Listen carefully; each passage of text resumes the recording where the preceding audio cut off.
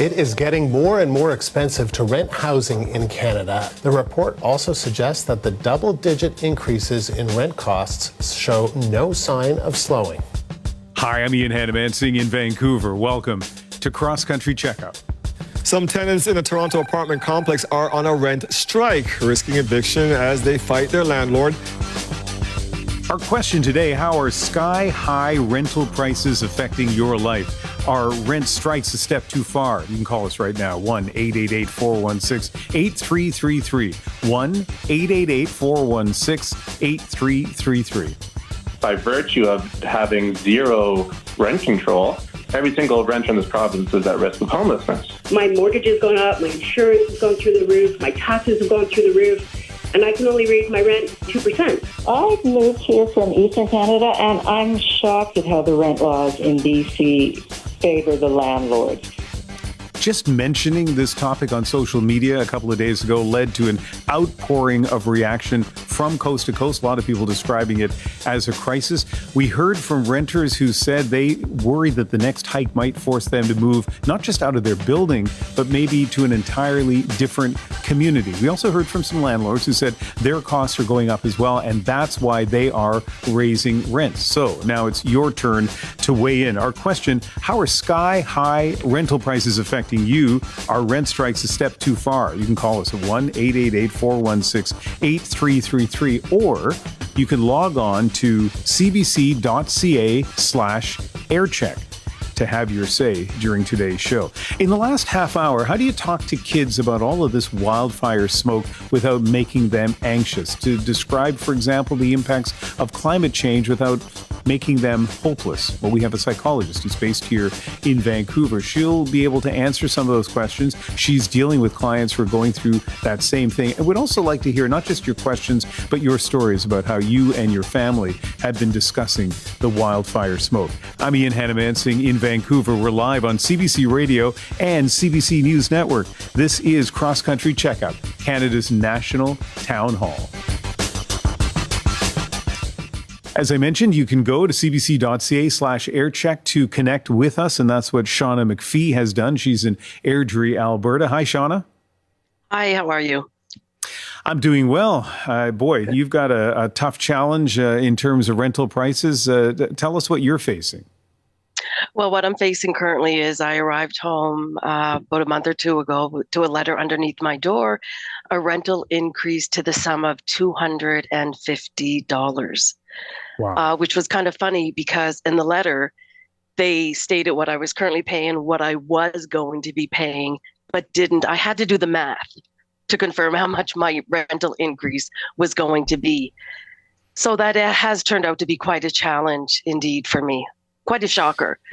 I did anticipate an increase, not that much. Okay, so a shocker, a challenge, unanticipated increase. So what's next? How are you going to deal with that increase in cost? I've been looking at a few things. I've actually been looking at researching cheaper cities to move into. I looked at perhaps maybe moving to Fort McMurray, Grand Prairie, maybe moving to the south. And then I thought, well, if I'm going to move to a different city, why not move to a province that either has rent control, just something that I know as a renter, I've at least got that support behind me. Going to make the move, make it a big one. And let's do some research here. What can I control? Currently, right now, there's no control in Alberta. And that's what's really sad. It's making it extremely difficult for us, just me trying to keep essentially a roof over my head. And that's it. I want to have a place to live. Of course you do. You know, at the beginning of the show, I mentioned we've gotten so much reaction, even before we went to air with this program from across the country. A lot of people, when they hear rent price stories, see examples from here in Vancouver or Toronto. There you are in Airdrie, Alberta, just outside Calgary, and people might be surprised to hear about a rent hike crisis there. What's going on in the rental market in Airdrie right now? I'm not 100% sure. Lack of rental units. That seems to be the consensus across the country, here in Airdrie as well. But when I look up north and I compare what I'm paying here in Airdrie. I go up north, there's companies that are offering, if you rent with us, a newer building will cover your insurance, your tenant insurance, will cover 40% of your internet services. So there are perks out there. And that's another reason, should I go to another place? There's just not enough housing for the people that are coming to Alberta, unfortunately. So to move, which is what you are contemplating right now, what will that mean for your job, for your, friendship kind of connections? What impact do you think it'll have on your life? Well, that's just it. I have 2 children that live in Alberta. I have 2 grandchildren. I am here because my children are here. But if the rental market is the way it is, that means I leave them here and I go somewhere else. But I'm okay with that because I don't want to be dependent on other people. I'm 58 years of age. I want to stand on my own 2 feet. If that means moving, I have to do that in order to have a place to live. Yeah. Last question. How quickly do you have to make a decision? I'm not sure. I've asked if this rental increase was negotiable. I was told no. I asked for a layout of why such a high increase, 18%. I was given nothing. So I'm sort of hoping, you know what I'm waiting for? I'm waiting for the government to step in. And if they don't do it within the next year, then I'm done, unfortunately. I've got to consider moving 100%. I've got my lease is up in about almost a year. If that doesn't happen, then I move. Shauna, I'm sorry to hear your story, but I'm really glad that you chose to connect with us and tell us your story. I think we're going to hear many similar situations across the country, and interesting that that's what you're facing in Airdrie, Alberta. Thank you very much. Thank you so much for your time. I really appreciate it.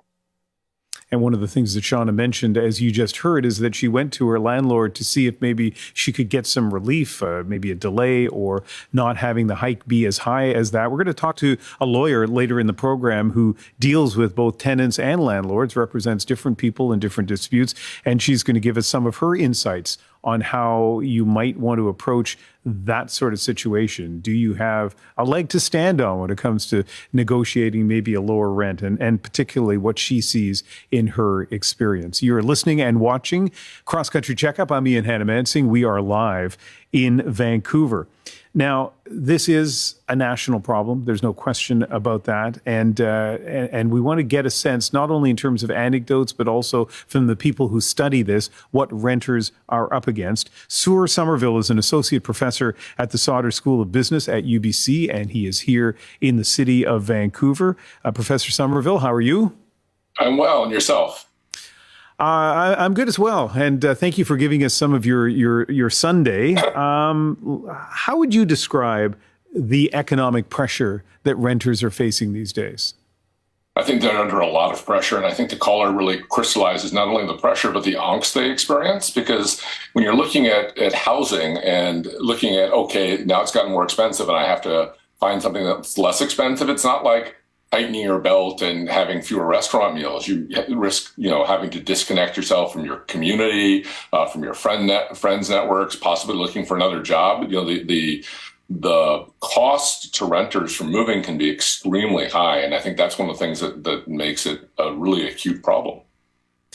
We all know, we don't have to be professors at a business school to know that prices can go up when there's more demand than supply. But beyond that, what is fueling these, what seem to be extra high increases in rents in many places in the country right now? Okay, it's important to recognize that it's not just a problem unique to Canada. Certainly, the United States over the last couple of years has also seen, most markets there have seen, tremendous increases in rents. And you've got a sort of number of factors that are all playing in at once. You've got the COVID effect, where more people are looking for more space. When you have people working from home, that increases their demand, their demand for space. So you've got that effect. But, it is a consequence of our immigration policy as well. When we have a tremendous increase in the number of people who are moving here, both as immigrants, as temporary workers, as international students, and those individuals tend to go to a relatively small number of places. So, the demand gets very concentrated in major cities. That's contributing to a real uptick in demand that I think is particularly unique to Canada. Balance that out with construction that hasn't kept up with that increase in demand, and you get these, really tightening markets and increases in rents. And as well, just to sort of throw one other thing into it, the increases in the interest rates mean that there are people who would have transitioned from rental markets to ownership markets, but because of the cost of a mortgage now are staying in the rental market longer. So, that's something that's all put together, making it particularly challenging on renters in many cities across the country. We're speaking live with Sir Somerville, an associate professor at the Sauder School of Business at UBC. Our question on Cross Country Checkup this week: how are sky-high rental prices affecting your life? Are rent strikes a step too far? And you can take part in the conversation right now by calling us at 1-888-416-8333. Professor Somerville, how would you describe affordable? Yeah, that's actually a much harder question than you would think, because lots of people have different versions or views of it. There's a sort of conventional notion that not paying more than a third of your income for housing, but in high price areas there are people who are more than willing to do that. The definition I like is a more complicated one that sort of starts with, okay, given what you're spending on housing, do you have enough left over to pay for the other things that would be the reasonable bundle of goods and services that someone needs to have? But that's a complicated sort of type of quandary calculation. So we sort of end up at the 1/3, even though there's that's a number that sort of came out of consumption studies in the 30s. I know that's not a very good answer. No, it's a great answer. Listen, I always love hearing you speak about this, because a lot of us have strong feelings about housing issues. You're somebody who clearly studies it, and I like the sort of smart academic perspective you give on us, even if sometimes the answers are a little more complicated than the rest of us might like. Let's talk about. I would actually sort of I would go with the Potter Stewart definition of pornography for affordability. When it's not affordable, it's not affordable, even if we not necessarily defining it particularly well.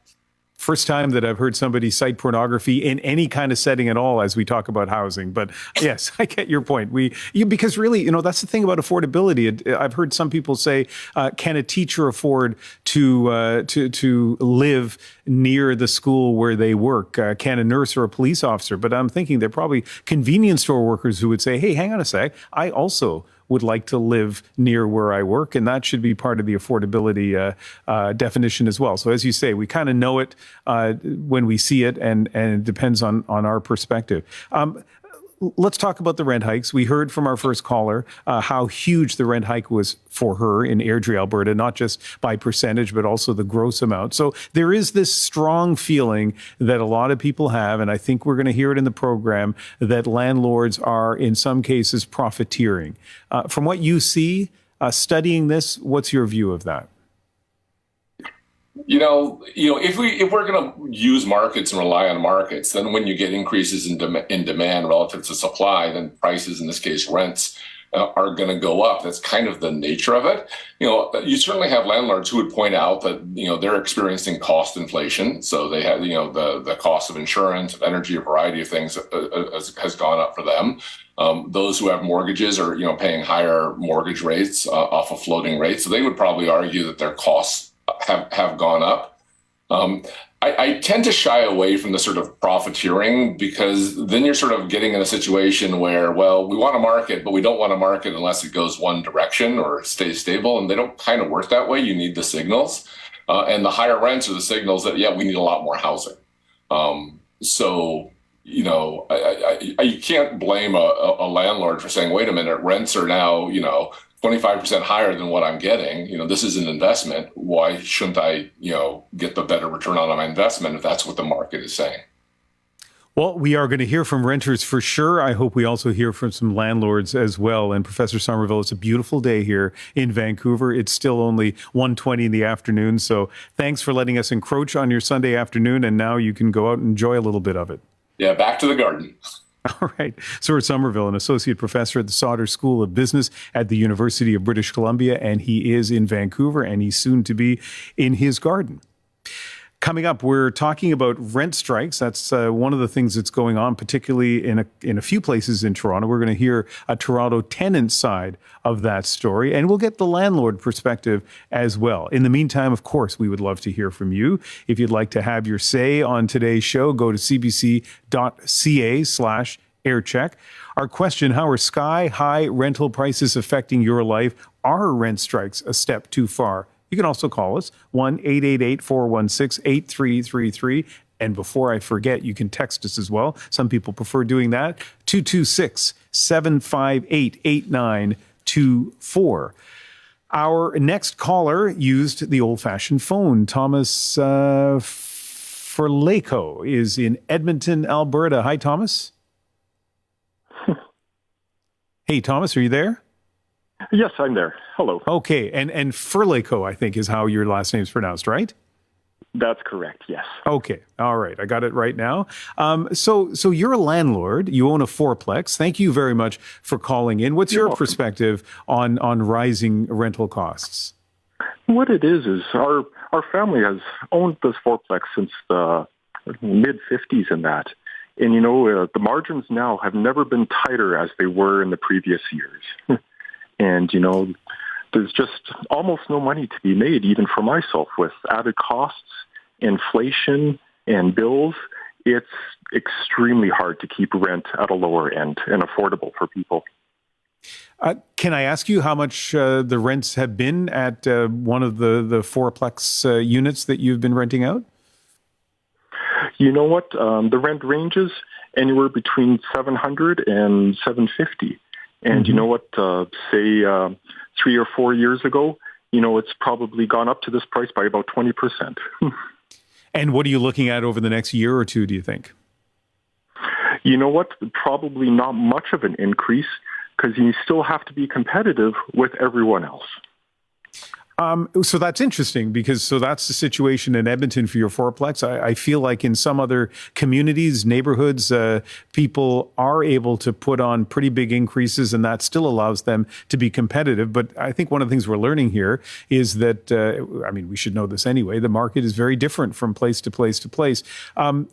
Tell us about the cost side of this. So why,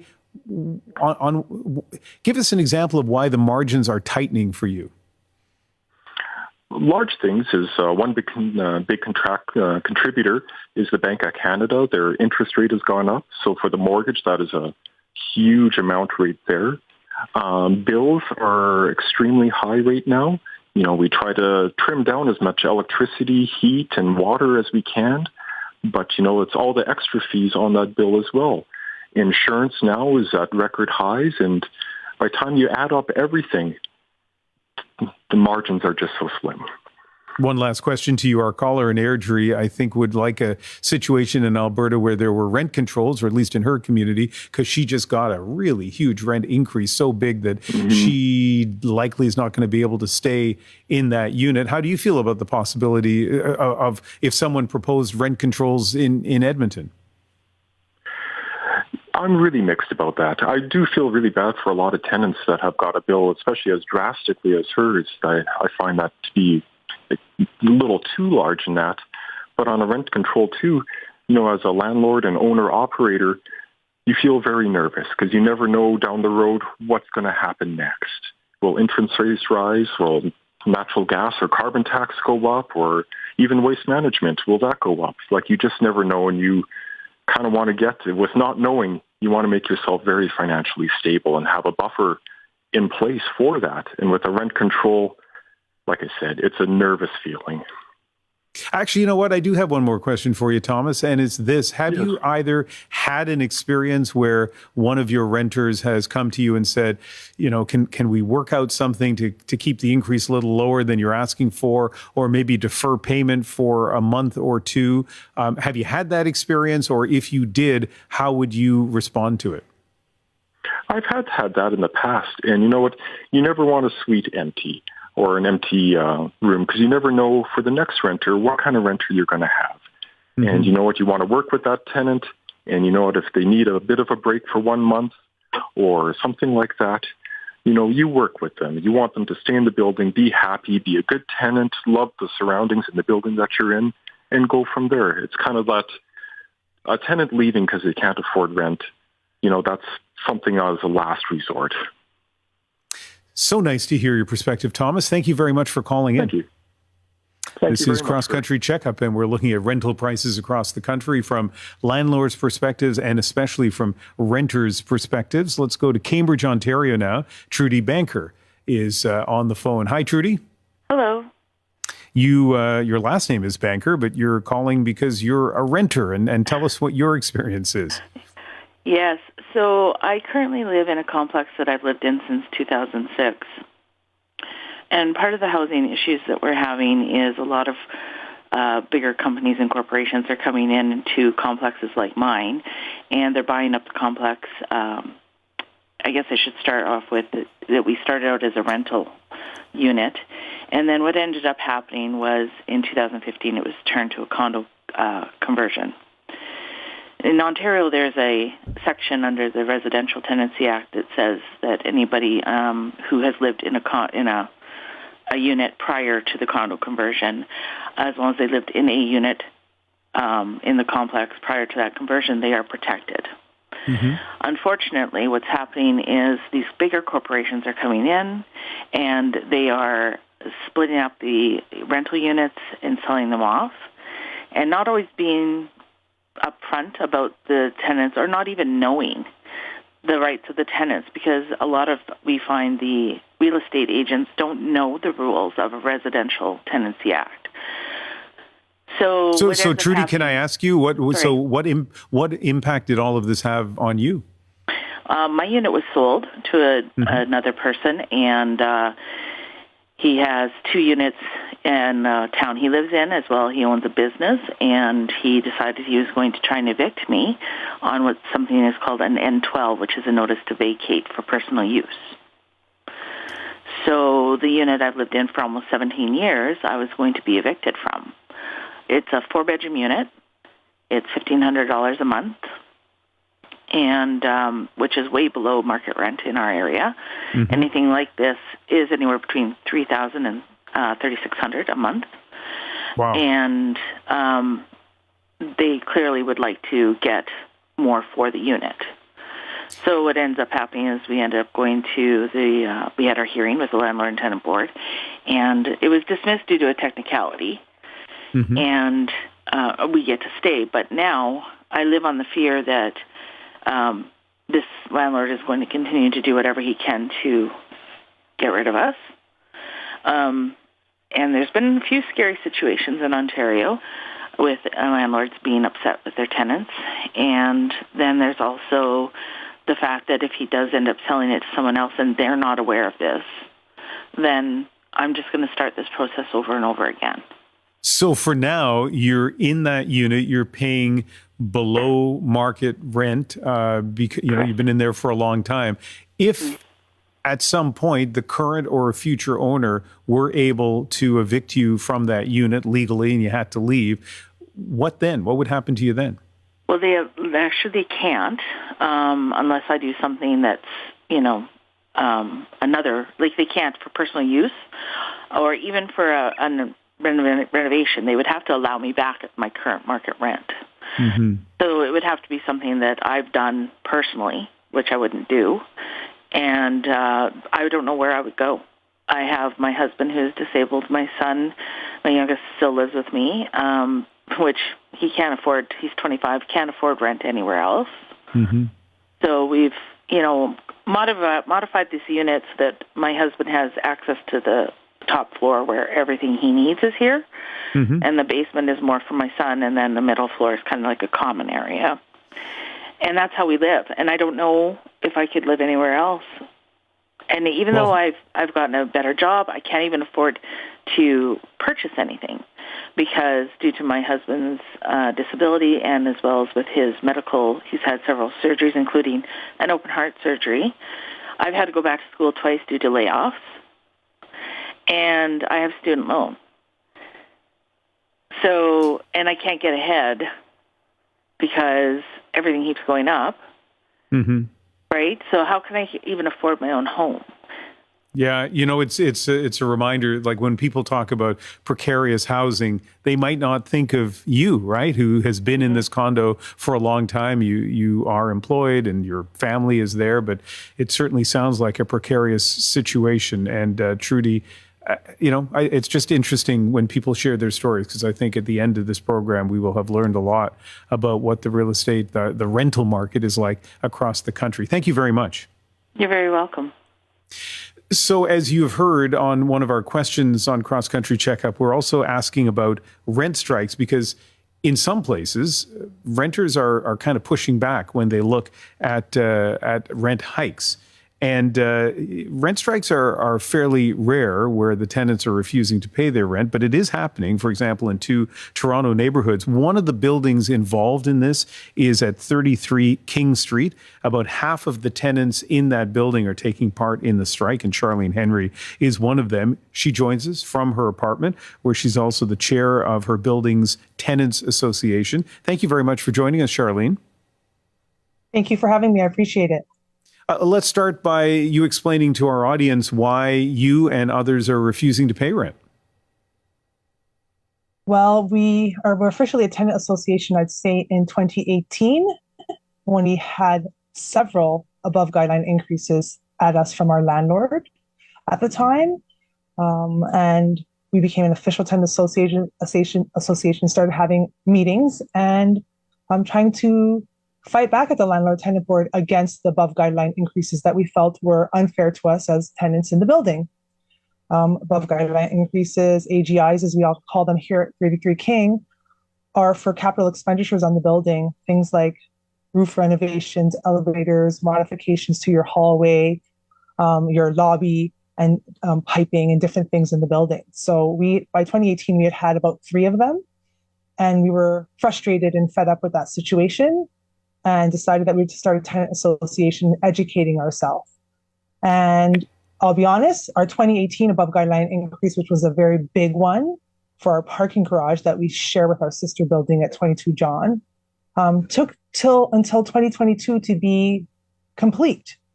I understand COVID happened. We all know that. And there were changes in our world, but there was already a backup in 2018, and we knew it would take a long time for them to see or hear our case. So we started to organize ourselves in our building with the help of the York Southwestern Tenant Union, which is about 13 buildings in our area here in Toronto that come together to face problems in their buildings and above guideline increases. So in 2022, when we finally... I'm sorry, go ahead. Yeah. I just, I'm sorry to interrupt, but go ahead. In 2022, when we finally got the notice that we've had a hearing, we went hard and organized some grassroots organizing to let our landlord know what we felt, and that we did not want the increases. We phone zapped our CEO of Dream Incorporated. We had a protest in front of our building. We marched on Weston Road to our MP's office, Minister Ahmad Hussein, who happens to be the Minister of Housing in Ottawa, and left a petition and letter at his door and emailed him. And we were very open on social media about what we were going through in our building, as a building who in the past 5 years has had 4 above guideline increases. And so how much have the increases been? You can choose sort of the time frame, but by how much has your rent gone up? So it's about 22% for the tenants who have been affected, and not every tenant is affected every single year by it. It depends on when you moved in. I have been here for about 19 years, so I've been affected by every above guideline increase we had. I've been in the unit I'm in since 2012, about 13 years. And my rent has jumped in that time frame more than $500.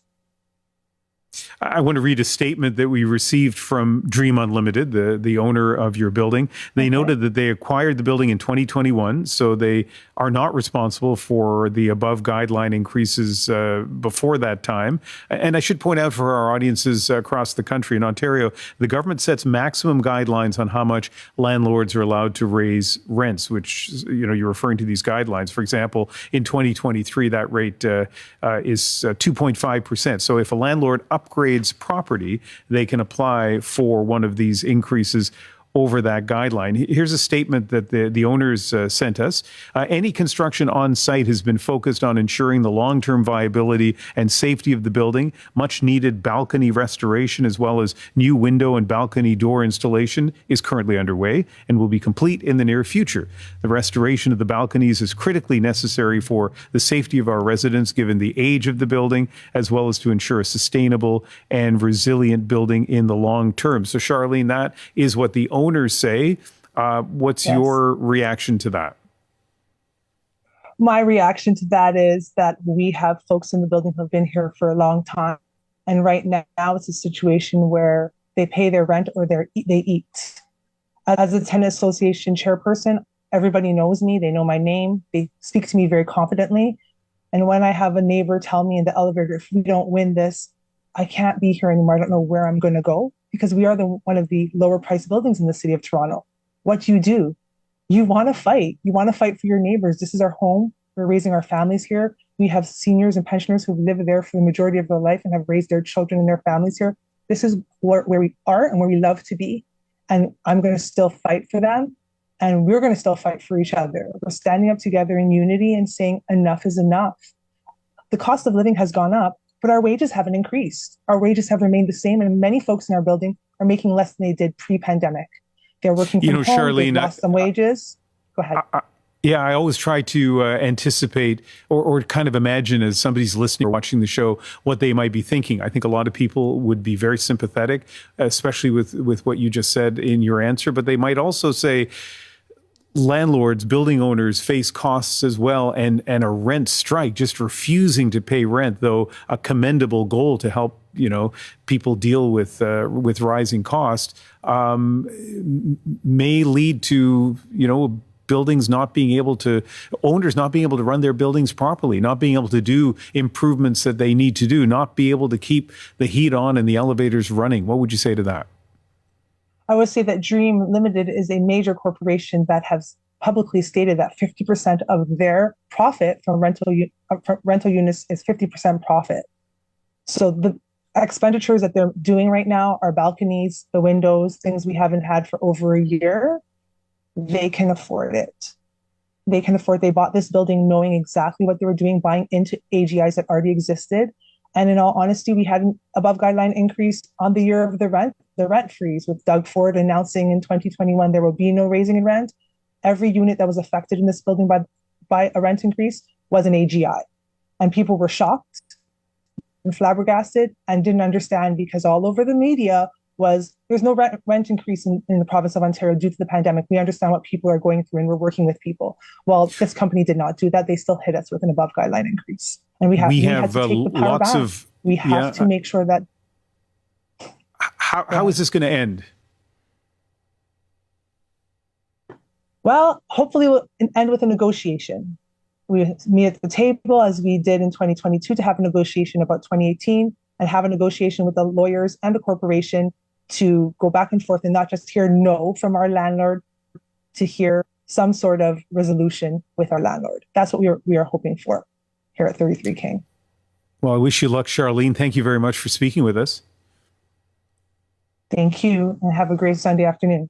All right, you too. Charlene Henry's a tenant at 33 King Street in Toronto, a building where roughly half the tenants are refusing to pay their rent. Our question on Cross Country Checkup today: how are sky-high rental prices affecting your life, and are rent strikes a step too far? You can call us at 1-888-416-8333 or go to cbc.ca/aircheck. All right, our next caller is in Grand Prairie, Alberta. Ben Chabot is on the line. Hi, Ben. Hello, Ian. What's your rental story? Well, I don't have a huge rental story. I can relate probably a story that a lot of people in the country are going through right now. My wife and I have an adult child at home that cannot afford to move out because the rents are too high. And I think, and it's also, a lot of people in our social circle as well are going through the same thing. It's not creating a hardship. If my child can't get the job that he needs or she needs to get out of the house and start their life, we're helping by just providing a safe environment to at least stay so that they can get their life started. Mm-hmm. It's interesting. We heard from Airdrie, Alberta. Now you are in Grand Prairie, relatively small city in Alberta. And so even in Grand Prairie, rental costs are problematic. I guess they are for your son. Well, I mean, they're not just problematic for my son. They're problematic for a lot of people. I mean, real wages have not kept up with any type of real estate inflation in a meaningful way in the past 20 to 30 years in this country. Which kind of takes me to my next sidebar here about the housing is governments, whether they're conservative or liberal, have done a really good job over the past 10 or 15 or 20 years convincing the Canadian public that our real estate woes are, because of the evil ma and pa investor or the evil real estate developer, when really there's been no meaningful social housing built in Canada for 30 years to increase the supply. I grew up in Edmonton in the 60s and 70s, and there were all kinds of social housing projects that either on the go or built to help with the housing situation back then. And now they've basically turned it over. They've created a regulatory environment where real estate is basically left unchecked. And real estate is one of the few commodities we have out there that strictly follows the laws of supply and demand. There really isn't a lot much else in the equation that dictates price. If you've got no supply and lots of demand, you're going to be paying high prices. Ben, thank you very much for calling. And a couple of interesting things there. First of all, pointing out how widely this rent crisis is being felt, including in Grand Prairie, Alberta, but also raising the issue of social housing, which I feel like we're going to hear more about that as the show continues. Let's go back to an issue that we heard just before that call, and that is rent strikes. So we heard from a tenant, very organized, unhappy tenant about rent increases in her building, which she feels have been unfair, and so she's and a lot of other tenants are just refusing to pay their rents until they get a negotiation that makes them happy. Let's bring in someone now who represents landlords across Canada. John Dickey is the president of the Canadian Federation of Apartment Associations. So his organization represents smaller landlords and larger corporations like the ones involved in the rent strikes in Toronto. He is in Ottawa. Hi, John. Hello. Nice to be on the show. Yeah, nice to have you. Now, we're asking callers how to fix the rising cost of rent and whether rent strikes are a step too far. What's your answer to that question, particularly the second question? Well, to deal with the first one first, though, there are two things that need to be done. We need more rental housing supply. Governments slow down the process of building with all kinds of red tape. They charge way too much in terms of development charges, in terms of soft costs that they impose on developers. The fundamental problem is that supply has not kept up with demand. And we're seeing demand shooting through the roof with Canada's population grew up by 1 million people last year. We needed 400,000 more homes, and we did not have 400,000 more homes. At most, we had 225,000 more homes. So this is fundamentally a supply problem, and it is fundamentally the responsibility of governments not getting their act together to coordinate immigration with housing supply.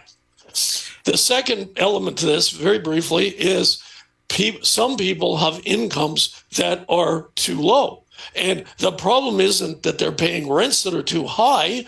As Charlene said, her building's a relatively low rent building, but there are people in there who can't afford that rent. Well, that's an income problem. And governments need to do a better job of helping people with very low incomes with their income so that they can afford the rent that they need, the housing that they need. So you heard Charlene's frustration. You heard her describe the plight of some of her fellow tenants in that building, and you heard her say that's why they are just not paying their rent until they can negotiate a better deal. How do you feel about that strategy of rent strikes to get some action? I think if it were to get action out of the government, that would be fine. If about either housing supply or about adjusting immigration until we can supply the housing. But they're not doing that. They're attacking the landlord. And The landlord did not cause this problem. The landlord is responding to supply and demand. Their rents are already held down by rent control. In Ontario especially, it is tight. AGIs are just one mitigating measure that means that the housing supply doesn't disappear entirely. We have to have AGIs if we're going to have the tight rent control guideline. The other thing I'd like to say about rent strikes is I think they're an attempt to clothe people in the notion that, oh, this is like a labor strike. But a rent strike is quite different from a labor strike. In a labor strike, the worker doesn't provide their labor, doesn't work, and they don't get paid. It's two-sided. In a rent strike, the tenant continues to live in the apartment. They continue to enjoy the benefits of living, in the apartment. Their taxes are paid, the utilities are paid, the building continues to run, and yet they don't pay anything. It's entirely one-sided, and it's entirely unfair. So, our organization, as you can imagine, but landlords generally also don't think too much of rent strikes. And I can tell you the Landlord and Tenant Board of Ontario doesn't think too much of rent strikes either. So what would you say to Charlene? I would say to Charlene, she needs to try to get the government to support low-income renters better. The industry does that. The Canadian Alliance to End Homelessness does that. There are programs out there that the government could do to help in these situations. If AGIs are making it difficult for people to afford their rent, there should be a government legitimately. Then it would be very helpful if there were a government program that helped the renters who needed the help. Not everyone in the building needs the help. Charlene says her wages haven't kept up with inflation, but most people's wages have, in fact, kept up with inflation. Even during the pandemic, lots of people were saying, oh, how badly low-income people were off. Stats Canada studied the situation, and in fact, the income of low-income people, the lowest one-fifth of people, went up during the pandemic because CERB gave them more money than they'd earned before. That's clear from Stats Canada. During the pandemic, income inequality got less. Incomes didn't get more unequal; they got less unequal. Yep. All right, John, you make your point forcefully, and it's nice. Lots of perspectives out there, and it's good to have yours as well. Thank you very much, John Dickey, president of the Canadian Federation of Apartment Associations. He is in Ottawa. Listening to that may have you nodding in agreement, or maybe reaching for your phone because you want to counter what you heard from John. Either way, give us a call at 1-888-416-8333 or text us 226-758-8924, or I'll give you one other way to get on the show and respond to what John Dickey had to say, cbc.ca/aircheck. All right, next caller is from here in Vancouver. Brian. Hi, Brian. Hi, Ian. How are you? Good. I see you're both a renter and a building manager for a building development company. What's your perspective on rising rents and the impact it's having on people's lives? Well, over the last 8-10 years, the increases have gone through the roof. And where we have rent controls, and let's say Alberta, which doesn't, and they can go at any price, you see these huge increases in Alberta. Well, you see the same thing here, even under rent controls. We have a basic set by the government where it's between 2 and 4% generally every year that they can increase rents. But it's when people move out, where there are no controls, that's when you start, and again, this happened about eight years or so ago, where you started to see increases went from 10 to 15%, increase when somebody moved out to 30, 40, 50% increases. And so you've seen that at buildings, you've actually seen that at buildings that you've managed? Yes. Wow. And so, it would go from like $1,550 to $2,250. Yeah. So what impact does that have on the building? So presumably people are still paying those much higher rents. Is it that the people who are coming in are more affluent and can seem to comfortably afford it, or they're coming in and it just means they have less income for other things? What are you seeing? It's more that the people are spending more of their income towards rent. So what is supposed to be 25%, possibly 30% of your income it's now much higher for some people. We're approaching 40-50% of incomes. People have to have a place to live. And if they don't, you see the downtown east side, what happens, they live in tents, or even more so, you see if you go into a lot of the industrial areas around, you'll see a lot of campers, vans, people. That's where people are living now. So this idea, again, when you come back to what is market rent, and that's what these companies claim, market rent. Somebody can afford that space, so that's the market. Well, one person can afford that, but 100 people are now living in vans and trailers. Well, to me, that's not the market. That's a better sign of what the market can or cannot bear, is when you go into those areas and you see people, that's how they have to live now. Mm-hmm. Brian, thank you very much for calling. I really thank you very much for your perspective. Cheers. Yeah, it's interesting what Brian says, because here in Vancouver, he mentions the downtown east side and people living in tents on the street there, but also those campers. And I've seen them at a parking lot of a big building supply store. Also at the baseball stadium here, this line of campers. I didn't realize at first what it was, but it's people who are living there semi-permanently or permanently because I guess they can't afford a different place in the city to live. I mentioned all the ways you can get in touch with us. Well, here's somebody who connected with us through AirCheck at cbc.ca/AirCheck. Flynn Daunt says what tenants and renters are going through right now is the direct result of an unregulated market that can see high profits in evictions. People cannot survive on the rent cost as it is now, and it's backing people into a corner where they are left few options but to strike. Denny Sullivan tweets us, I live in Halifax. 8 years ago, you could rent a one-bedroom for under $1,000. The average is $1,800 now. I left Toronto in part to save on housing. Where do I go next? Also on Twitter, Keely Pringle says, I have always charged low rent to be fair and to have long-term tenants. However, there is a lot of financial risk, not paying rent, damage. The law in British Columbia favors the tenants, not the landlord. Even if successful at hearing, it's up to me to do small claims court. You might remember at the beginning of the program, we heard somebody say that they were surprised when they moved to Vancouver how the landlords had all the rights. Well, Keely's clearly a landlord who has a different view on that.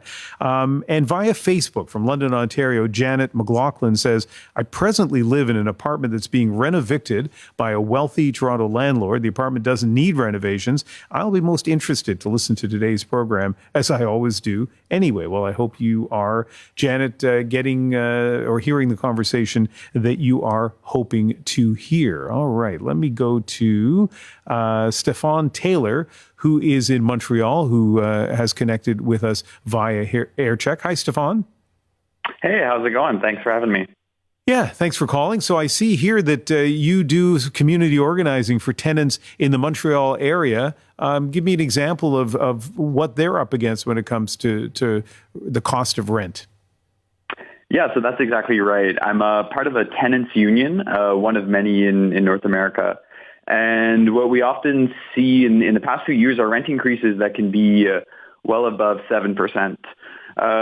People are facing things such as renovictions, which has become a frequent process of landlords using renovations in their buildings to force out older tenants and bring in new tenants who will pay more in rent, and to create renovations that can justify higher rent increases. You also see landlords using harassment to get out older tenants. In our union, we also have a lot of experience with people who can no longer afford to pay for their rents. In Montreal, between 2021 to 2022, there was a 150% increase in evictions. So yeah, it's a pretty dire situation out here. And I'd certainly say in this situation, rent strikes certainly aren't going too far. Are not going too far. But at the end at some point, a rent strike has to end. Have you seen an example in Montreal where it has led to a resolution that is acceptable to both the landlord and the tenant? Unfortunately, we haven't seen too many rent strikes in Montreal. We've definitely seen them in Toronto. For instance, in 2017, there was the Parkdale rent strike, which included up to 300 tenants and lasted for several months. And in the Parkdale rent strike, you had people get a significant reduction in their rent increase and sort of a negotiation occurring between tenants and their landlords and the resolution coming out. But I should say the interest is not so much in sort of a deal that works both for the tenants and the landlords, because we do have a relationship of class and also of inequality within the tenant-landlord relationship. On the one hand, you have a class of like people who are poor and working, and on the other, you have a class of increasingly wealthy people. So I think oftentimes a rent strike is a way of making sure that there is a reconcentration of wealth from the wealthiest in our society back to the poorest and working class. Okay. Thank you for your call and your perspective. I appreciate it. Thank you so much. So maybe at the end of a rent strike, the goal is some version of a negotiation. There are other ways to start negotiations between tenants and landlords short of a rent strike. Let's connect now with Ripon Hance, an associate lawyer at Haddock and Company Lawyers. She specializes in residential tenancy law, working with both landlords and tenants. And we reached her in Vancouver. Hi. Hi, Ian. Thanks for having me. Yeah, thanks for giving us some time on your Sunday afternoon. And I think we're going to split this call into two parts just because of the time. I'll probably interrupt you in about 3 minutes just to make a break at the end of the hour, and then we'll come back to you. Let's start, though, with a scenario that a lot of tenants may worry about. A landlord gives a notice of eviction because they want to take over the apartment themselves or for a family member. Tenant is worried about finding a new place in a tight market. In your experience as a lawyer, have you seen tenants being able to negotiate for either, flexibility with their departure date or getting financial incentive from the landlords to leave the unit on a certain date? Yeah, I'll just preface by saying, of course, I practice in British Columbia and the laws do vary from province to province, right? So keep that in mind. This is just general information. But one thing that I always say, it's kind of like a two-part relationship. So here in BC, a landlord is required to only give 2 months notice for personal use. But I always recommend people do so beforehand. Usually, unless it's an emergency, if your son or daughter is going to be moving into a condo that you own or a vacation property if they're starting university. So in the best case scenario, a good practice for landlords is to not rely on that turnaround notice. Let your tenants know beforehand, especially if it's a long existing relationship. 6 months before, I've seen a lot of landlords give a heads up and say, we'll be serving a 2 month notice down the road, but come December 2023, for example, our son will need to move into the unit. Once that notice is served, of course, it depends on the situation. I mean, sometimes landlords have family members who are relocating. Perhaps they've sold their home and now need a little bit of assistance given the housing market, right? It's tough on everybody. So that being said, nothing hurts to ask more time for more time. I've seen that happen if it's a flexible move-in date. Let's say the family member can hold back a day or two. It doesn't hurt to ask, and always be respectful and courteous. I've seen a lot of things go awry because relations in a tenancy, it's high stakes for everybody, right? But nothing hurts if you are always respectful and courteous in your ask. If that's not the case, then perhaps you can negotiate an additional 3 months rent as a tenant or ask for your moving costs to be covered or the return of the security deposit. So then that might better your situation. So it's not so much if you're running out of time, but then you might have the additional funds to be able to afford to move to another place by that deadline. So I'm running out of time. I have 30 seconds before the top of the hour before we come back to you. So quick answer to this. Has that worked? Have you seen situations where tenants have been able to get those kind of sweeteners? Yes, I've seen that. Usually, landlords can be flexible too. So I've definitely seen that work before. All right, and sometimes perfect. It is. Oh, sorry. I was just going to say it is a hard deadline.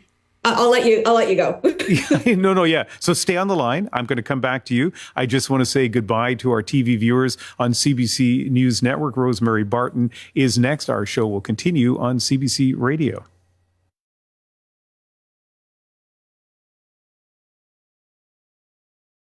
I'm Ian Hannah-Mansing. We are live in Vancouver on Cross Country Checkup. Coming up on our Ask Me Anything segment, we want to hear about your conversations you're having with kids about wildfires and climate change. Children in Ottawa, Toronto, Montreal had to stay inside due to the wildfire smoke a few days ago. I'm sure that prompted a lot of questions about what's going on right now.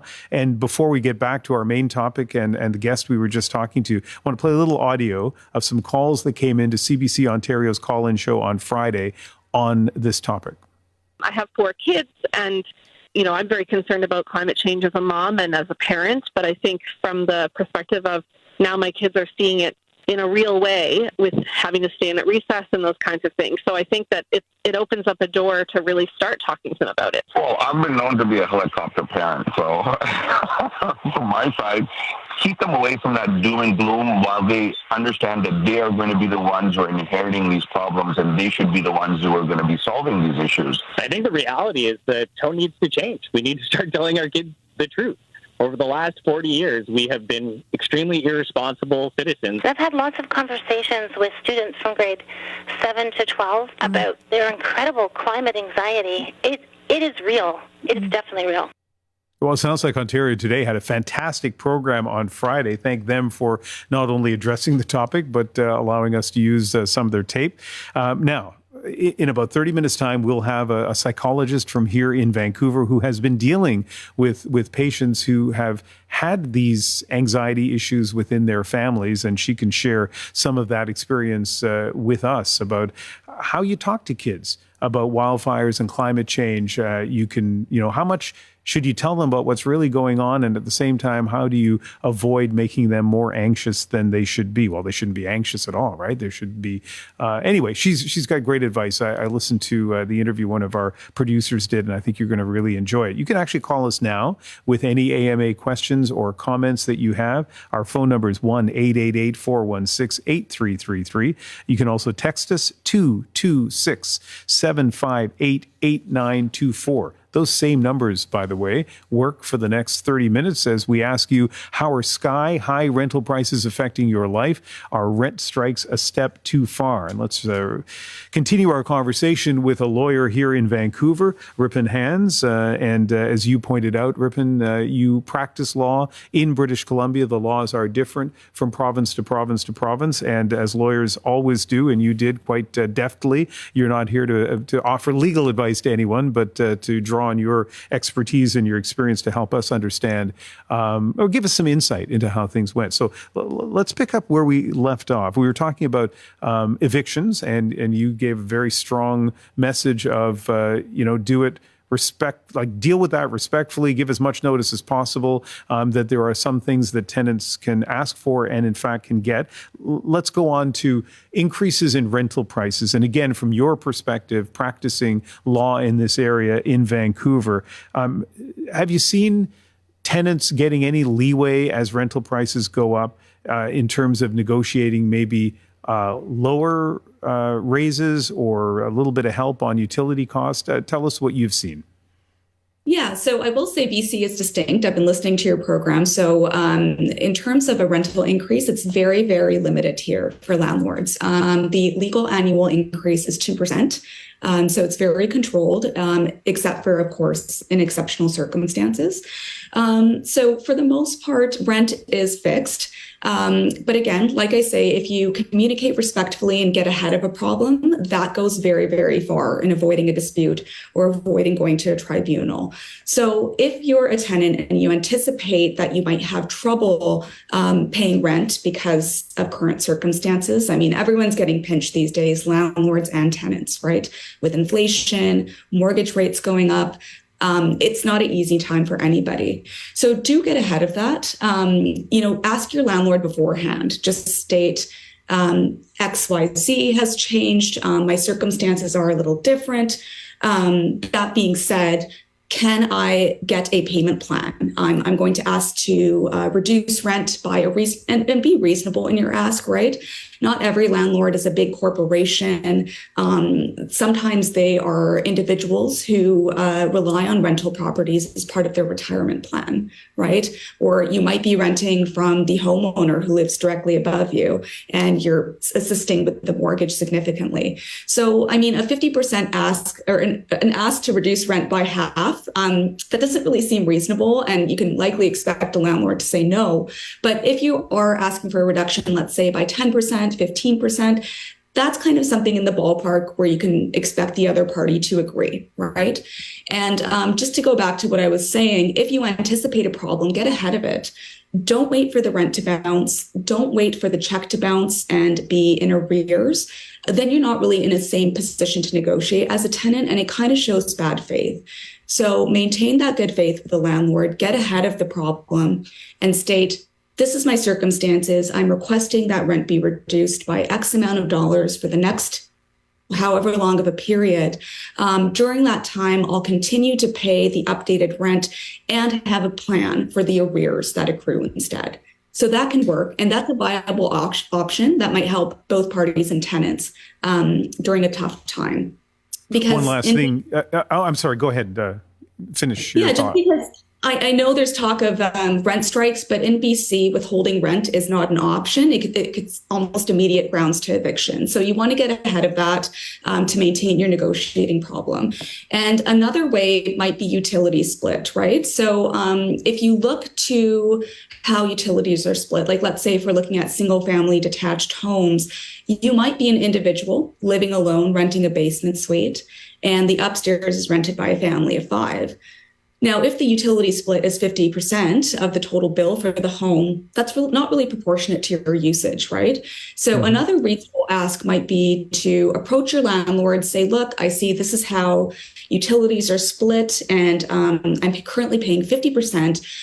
Is it reasonable for me to request me pay 1/5 of the bill, as I'm an individual and there's a family of 4 who's also consuming utilities and using more of it? So in a practical sense, that could lead to a big reduction or a significant reduction for tenants that might help them along. I like your approach. You're a litigator, but you sound like a mediator, and your message is loud and clear, right? Is to try to negotiate for both sides, be reasonable, and try to negotiate your way through these tough spots, right? Yes, that's so right, and that's a lot of my work. A lot of these problems can be avoided before they begin, right? And unfortunately, like if you, for example, in BC, what's popular is a lot of landlords use the standard tenancy agreement that's on the provincial website. And that's great. The basic terms are in there, but a lot of things like what I just spoke about, utilities split, whether parking is included, if there's a fee, in a single detached home, who's responsible for yard maintenance, those things aren't included. So it becomes unfortunate when people come to me when there's a dispute filed with the tribunal in respect of one of those areas, when this could have easily been avoided at the outset before tensions are high and, each party's airing their frustrations. Great advice, Ripon. Thank you very much for joining us. Thanks again for having me. This was a lot of fun. Yeah, well, it was really nice having you on the show. Ripon Hance is an associate lawyer at Haddock and Company Lawyers. They specialize in residential tenancy law, and she is here in Vancouver. Coming up, we'll hear from a policy expert on potential fixes for the rental market. Our question today, how are sky-high rental prices affecting your life? Are rent strikes a step too far? Our number, 1-888-416-8333. Our text number is 226-758-8924. On the phone from Calgary, and we're getting a lot of calls from Alberta today, is Chris Markowski. Hi, Chris. Hi, Ian. Thanks for having me. Yeah, thanks for calling. What are you seeing in terms of the rental market among your friends and yourself in Calgary? You know what? I'm really glad that I got to come in after the lawyer. She really explained it quite well. And what I'd like to explain is I'm calling in because I know I used to be a homeowner. I currently rent from a private owner who's holding her property for retirement, but she doesn't gouge us. In fact, we'd never be able to buy a house like this for what she charges us. We're very lucky, but I'm also a senior level at a company where I just saw a whole bunch of new graduate and young adults have to move because of the rent increases that happened in Alberta over the last 6 months. And it was significant. It's heartbreaking to see. What I'd also like to clarify is that those one-off owners aren't really what I believe is the problem, but I listening to gentlemen like John Dickey really makes me realize how out of touch the people who do have intergenerational wealth or property wealth or really wealth at all are out of touch with the people who are struggling and working 2 or 3 jobs. Because I believe the new calculation to live in a city in Canada, be able to eat, be able to pay your bills, you have to be making a minimum of $60,000 a year. And that's not including savings, vacation, any extra activities. And that's double what the minimum wage in most provinces give people. So it's pretty heartbreaking to see somebody come on and comment about how it's all the government's fault when it's really sort of a combination of people who are charging the working class extra plus. So I think one of the things that I was talking about to the person that screened me is in Berlin, they'd recently done a referendum to vote that companies should no longer be able to own residential properties. And I think that would be vital for a few reasons. First of all, to get rid of the properties, they could donate it. Gentlemen like Brian, that property management you had on, can be hired on, not lose his job, because he sounds like a sound, wonderful gentleman that can run the condos. If the business owners decide to make it condos, having condominiums means hundreds of more property owners over top of just one wealthy one. Owning homes or owning condos is actually proven to not only benefit our communities, but it's also more stable for children and their future.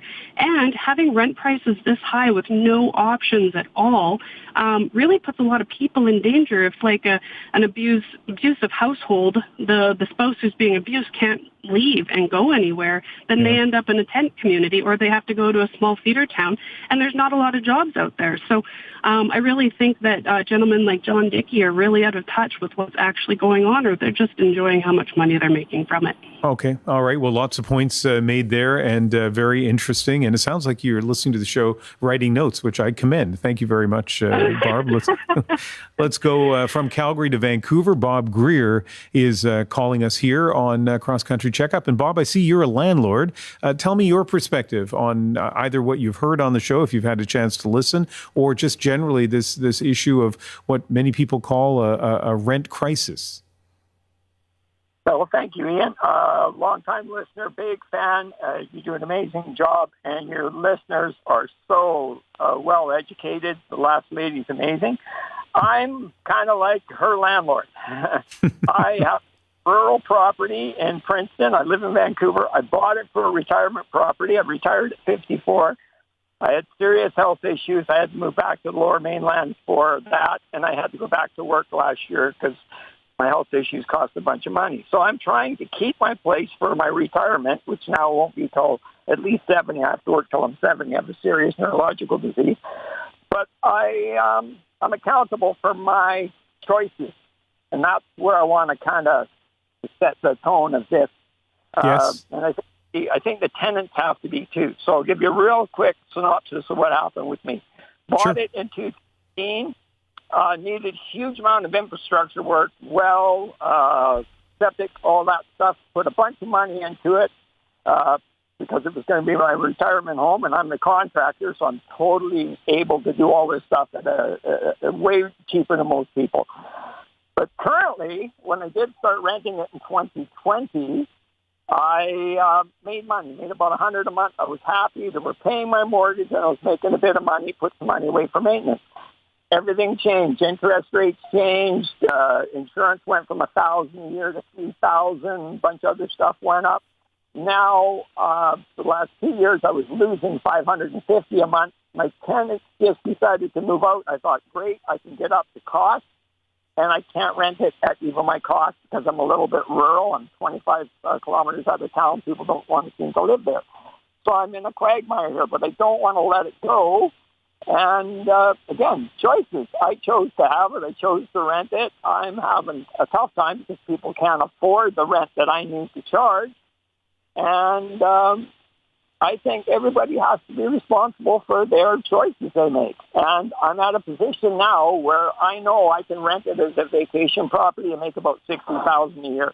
If I can't rent it within the next 2 months, I'm going to do that. That's my new plan for next year. I'll take a big loss. I'll have to pay my mortgage throughout the winter.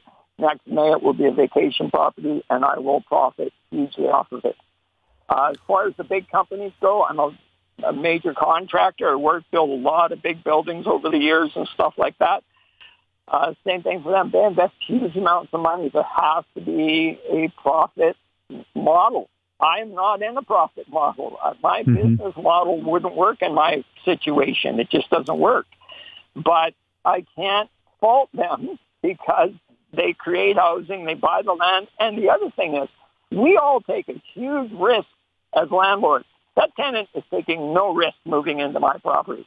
I'm making a huge risk. I have to allow pets pretty much because I'm in a rural area. Almost everybody has pets.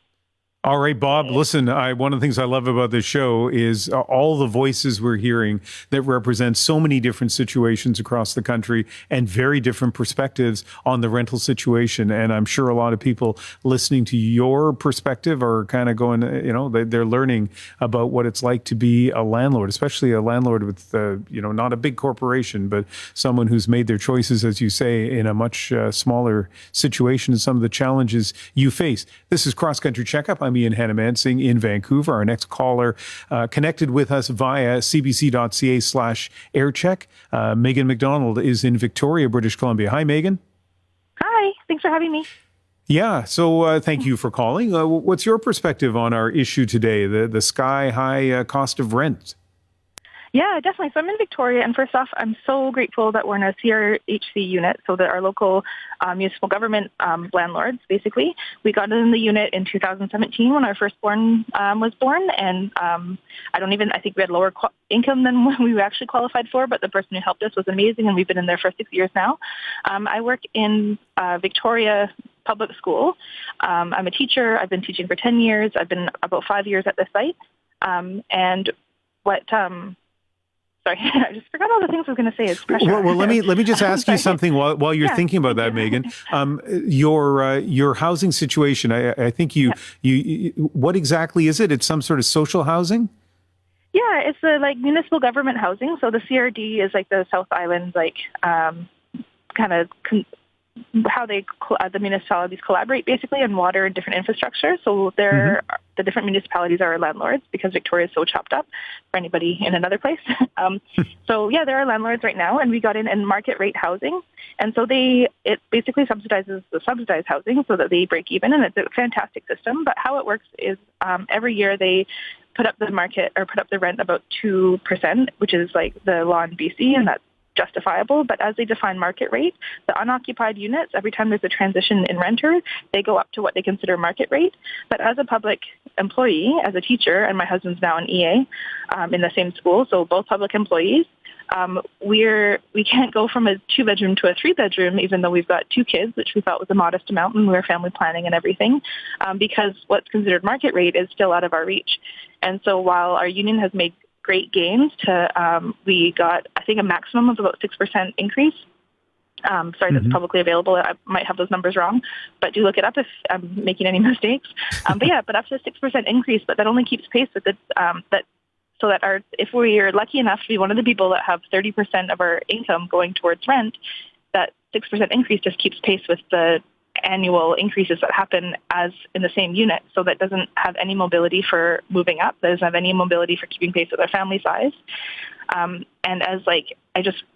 There's been so many stories about individual landlords and individual renters, but I just want it to be known that such a huge cost in our whole province. As these landlords are putting up their prices, it's making it really difficult for public employees to stay in the field. We lose about 10% of our staff every year who have to leave Victoria because their rental situation dissipates, or they do want to become homeowners and have to leave the region to do that. Wow. And it's a massive turnover, and it's a huge strain on public services here in Victoria, and it is the capital, so we do need them. We're in the car right now, I'll be honest, we're looking at the ocean. It's amazing. But if we want a population that is educated, we need to keep these things in balance. Yeah, and also considering a lot of the voices I've heard so far are about landlords, but the attitude is almost as though if they don't collect that rent check, then that unit disappears. But that's not the case. That unit would be on the market, and if enough of that happens, it would flood the market and lower the price, which, I'm sorry, but from my perspective, would be a public gain in lots of ways. And these people are acting like they're business people with a right to an income, but businesses need to pivot as much as anybody. Like this is a corner store with a few DVDs at the back and versus Blockbuster kind of a thing. And I'm not really crying a tear over either when there's so many stressors. And even in our building, the only people under 40 that own their own units are people with legacy money from family or have second jobs. And it's for Well, thank and for you, a Megan. public service, everyone has a master's. That's a significant toll. Yeah. I'm sorry to interrupt. I just lots of things in there, really interesting. And I do often think of teachers, although there's so many other people, including shopkeepers. Like they're just people we would hope should be able to live near where they work. Right? It's good for them. It's good for their families. It's good for the community, and that's the challenge that we're facing. Thank you very much for your call. A reminder that our Ask Me Anything about how to talk to kids with the wildfire smoke that we saw engulfing parts of central Canada and the east coast of the United States. How do you have conversations with kids about something that is so unsafe they can't go out at recess without alarming them? We have a psychologist from here in Vancouver who will be able to answer your questions, but also we want to hear your stories, how you've been navigating all of that. But we still have about 10 minutes left on our main topic as we look at rents and the pressure people are feeling, including landlords in some cases, but definitely lots of renters. And let's talk about policy solutions. And our last caller touched on one in Victoria, subsidized housing, which helps her as a teacher and her husband, who's a EA, I guess, an education assistant, teacher's assistant.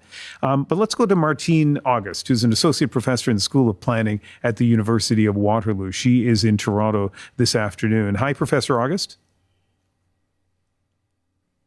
I see you, but I don't know if you're muted or if we have accidentally muted you, but try this again. Can you hear me? Yes, I can. Thanks for having me. Okay. Thank you for joining us. So we haven't heard a lot about solutions here because this is a tough issue, but this is something that you study. Give us a suggestion of something that Ottawa could do or should do to try to respond to these, what some people call a rental crisis. Sure. I've got a couple ideas, and I'll start where your last caller actually left off. So one of the big reasons we have this affordability crisis today is because the federal government stopped funding social housing back in the 1990s.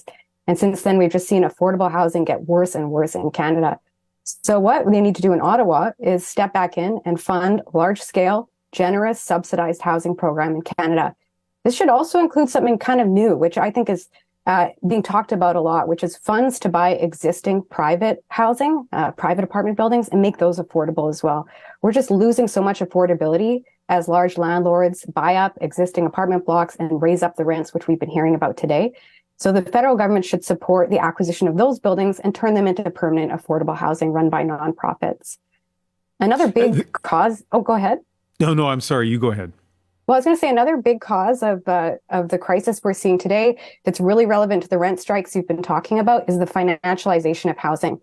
So this is a trend in which large financial firms, here I'm talking about things like real estate investment trusts, private equity funds, pension funds, asset managers, they're buying up rental apartment blocks in Canada and trying very hard to extract more profit from these buildings for their shareholders and executives. Some examples include Dream Unlimited, which owns one of the buildings that's on rent strike, 33 King Street. Also Starlight Investments, which is Canada's biggest landlord, and the Public Sector Pension Investment Board, one of Canada's large public sector pension funds, which collectively are responsible for the other community, which is right now on rent strike, Thorncliffe Park in Toronto. And so the rise of the financialization of housing is driving up rental prices and then driving down affordability. So I think the federal government has many levers that can be used to help address these problems. First of all, they could stop supporting these types of funds, these types of companies with their funds and their subsidies. So national housing strategy funds are actually sometimes supporting these firms, which make it their business strategy to make housing unaffordable. So they're really at odds with some of the social goals that we might expect the government to have for housing. The government can stop providing these funds with low-cost lending through the CMHC, stop giving tax breaks to real estate investment trusts. And even, as one of your callers mentioned, following on what happened in Berlin, we could even look at limiting how much housing any given firm is allowed to own. I also mentioned pensions. I'll just quickly say that the government could implement rules to ensure that public pensions work towards the social good and don't use investment strategies that work against the right to the realization, the right to adequate housing in Canada. Professor August, we have a caller on the line, so I'd like you to stay connected to us, because I see in the notes that she has what she feels might be a suggestion on fixing the market. So I'm going to bring her in. We'll chat with her for a second, then we'll come back to you and get you to respond to that. Susan Smith is in Toronto. Hi, Susan. Hi, Ian. Yes, I think I have a solution. I lived in France for 10 years. Some would call France a socialist economy. But I noticed when I lived there that everyone I knew was buying apartments to rent out. And then I realized that that is where all their new apartment stock was coming from, individual investors. And I thought, they must have such a tax advantage in doing that, because no one was talking about the stock market or mutual funds or anything. When I got back to Canada, that's all it was, and then we had the .com bubble. But the thing is that I noticed too, before I left, a couple of years before I left, there was a lot of overbuilding. And then I heard everyone talking about how they were getting their rents lowered. And I said, what? They said, you mean you haven't gotten your rent lowered yet? And I said, no. How do I do that? And they said, well, call your agency. Everything is rented through an agency. I never met my landlord and the owner. And I called the agency and I said, I see these new blocks down the street. And I said, if, I'd like my rent lowered, otherwise, I'd like to move into one of those new apartments. Okay. And Susan, I got my rent lowered $75. So I think what you have to do is you have to you have to use the tax system. It has to be more lucrative, whether it's provincial or federal tax advantages. You must rent them for long term. No Airbnb to get these tax advantages. CBC did an excellent story the other night. And I think the only solution here is supply. The government is not going to build enough public housing. There are empty lots owned by the City of Toronto, sitting empty. They asked developers years ago to go and develop them. The developers came back and said, we get about 3% profit for too much risk. Okay, Susan, I'm not cutting you off because of anything you're saying, because it's all very interesting, but we are getting close to the end of this portion of the show. So thank you so much for calling. Professor August, let me go back to you. We have really only about 90 seconds left before we move on to the next portion of the show. But let me ask you about the first thing that Susan said, and that was what appeared to her to be, maybe it's tax benefits, but something in France where people were investing their money in apartment units. I don't know if you know the situation there, but what about that as a way of maybe the encouraging of making more rental units available in Canada? Yeah, I'm not too familiar with that example. But I will say, you asked about the federal government a moment ago, but I think a lot of the power to address this issue does lie with provincial governments, which really handle landlord and tenant matters, right? And so there's an opportunity, I think, to provide much stronger rent controls to strengthen security of tenure, make it harder for people to get evicted and displaced from their communities, even perhaps making the right to a rent strike legal. Because right now, tenants don't have the power to work collectively to have their demands heard in the same way that laborers have this right. And we've won so many great things from collective labor working together to make their demands heard. And we're also seeing that tenants, when they're working together, fight and win. As one of your callers mentioned in Parkdale, the rent striker has won against actually another very large pension fund, AIMCO, based out of Alberta. And so I think there's a lot of opportunity for big changes that the government could make to improve things for tenants. And right now, what we're seeing, one of your callers says she's waiting for the government to step in. She might be waiting a long time, and we'll see more and more tenants that are just going to throw up their hands and say, we're going to strike because we need to do what we can to try to stay in our homes and to try to get affordable housing. Thank you very much for your perspective. I really appreciate it. Martine August is an associate professor in the School of Planning at the University of Waterloo, and we reached her in Toronto. Okay, we have time for one more caller. I'm going to try to squeeze in Sean Kettner, who's in North Bay, Ontario. Hi, Sean. Good afternoon, Ian. I always say this when we get to the last call, and I apologize in advance because we only have a couple of minutes. But tell me your perspective on our topic this week. I'm gonna try and make it brief. I know you're almost out of time, and you heard it here first. Rent strikes are going to make things even worse for the affordable rental market. Affordable rental market means bottom tier, means private industry can't make money on it. Anybody that wonders about this needs to go to a landlord association meeting and listen to the horror stories and the money losses and all the rest of this stuff.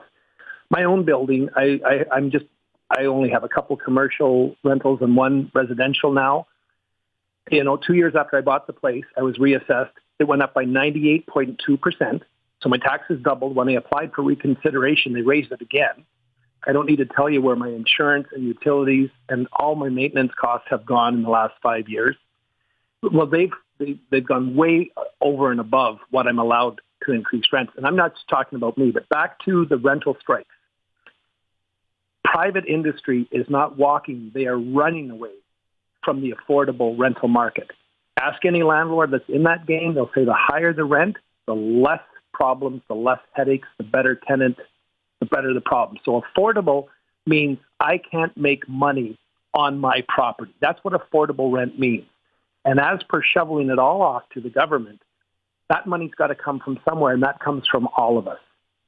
At one point, like 2 callers ago, said people got responsible for their own choices. On Matt Galloway's program this past week, they were going on about this rent strike, and one woman who was leading the strike at the one building was talking about rent and all this other stuff, but she had 3 or 4 kids. Well, kids are expensive.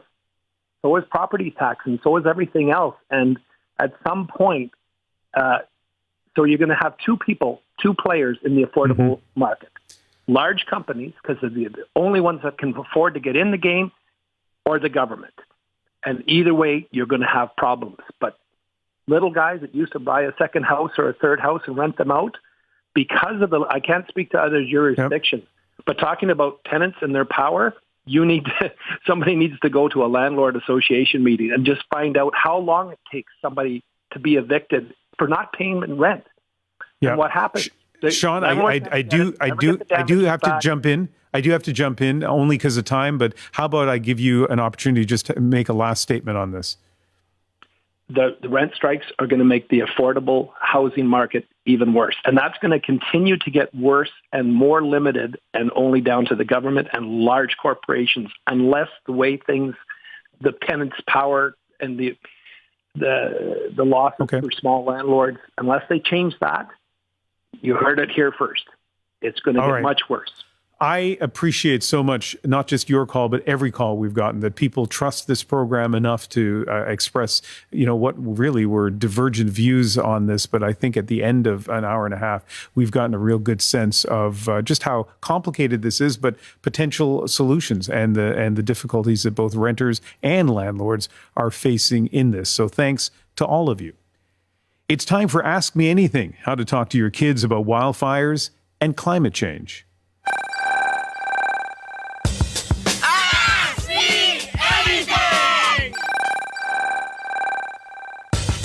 Seeing vulnerable people at risk, outdoor events canceled, kids having to be kept inside at recess.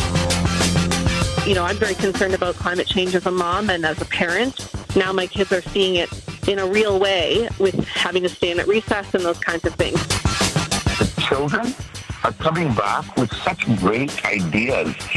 You know what? We can repair this. We can fix this. They also believe that Mother Nature itself is a cycle. It's a living being. Well, over the last few weeks, we've seen major wildfires from one end of the country to another, and the effects can be felt well beyond the forests and communities under the threat of catastrophic loss. Heavy wildfire smoke has blanketed major cities like Ottawa, Toronto, Montreal. We saw pictures from New York City and other places in the United States. And for many kids living in those cities, that's meant indoor recess, canceled sporting events, and wearing masks. Your kids may have a lot of questions about wildfires and climate change, and you might be wondering how to discuss it with them.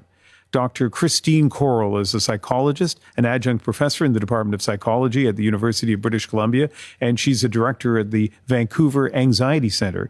And she works with children and adults, some of whom are experiencing anxiety about the environment. And Dr. Correll is here to take your questions. You can ask her anything on this topic. Call us at 1-888-416-8333, or you can text us 226-758-8924. Hi, Dr. Correll. Hi. Thanks for having me today. Yeah, thanks for being on the program. I saw you smile when you heard my invitation for people to ask you anything. It always is a little bit daunting for guests to hear that description, but I know you're the perfect guest to talk about this issue of how much to talk about with kids about this, especially different ages of kids, and how to try to avoid hopelessness and anxiety. Before we get to calls, I want to address the actual health risks that come with having a child outside when the air is heavy with wildfire smoke. Dr. Melissa Lem is a family physician and president of the Canadian Association of Physicians for the Environment. Here's what she said about the damage that wildfire smoke can do to kids. Unfortunately, with the long-term evidence of the effects of wildfire smoke on children, we don't have a lot of that because we've just really started to see those long-term exposures to wildfires as we get summer after summer of smoke. But in terms of the short term, we know that kids who are exposed to wildfire smoke tend to experience more respiratory symptoms, so asthma exacerbations. They tend to be hospitalized more during those times. And also their allergies tend to be exacerbated. Children also are more particularly vulnerable to the effects of wildfire smoke in the short term because they breathe in more amounts of pollutants compared to their overall body size. Okay, so that is the medical perspective. Dr. Correll, you can give us the perspective as a psychologist. How should parents be talking to younger children about the risks that wildfires poses without scaring them? Well, I think it's talking about what we can do, the control that we have over the situation, that we're doing this to protect ourselves. And sometimes just like we protect ourselves from the cold, we protect ourselves with sunscreen from the heat. Right now, when there's smoke coming in, that we need to protect ourselves from the smoke. So I'm so glad you had the physician on. I've done a bit of reading on this because in BC, we've been dealing with wildfires every summer for many years.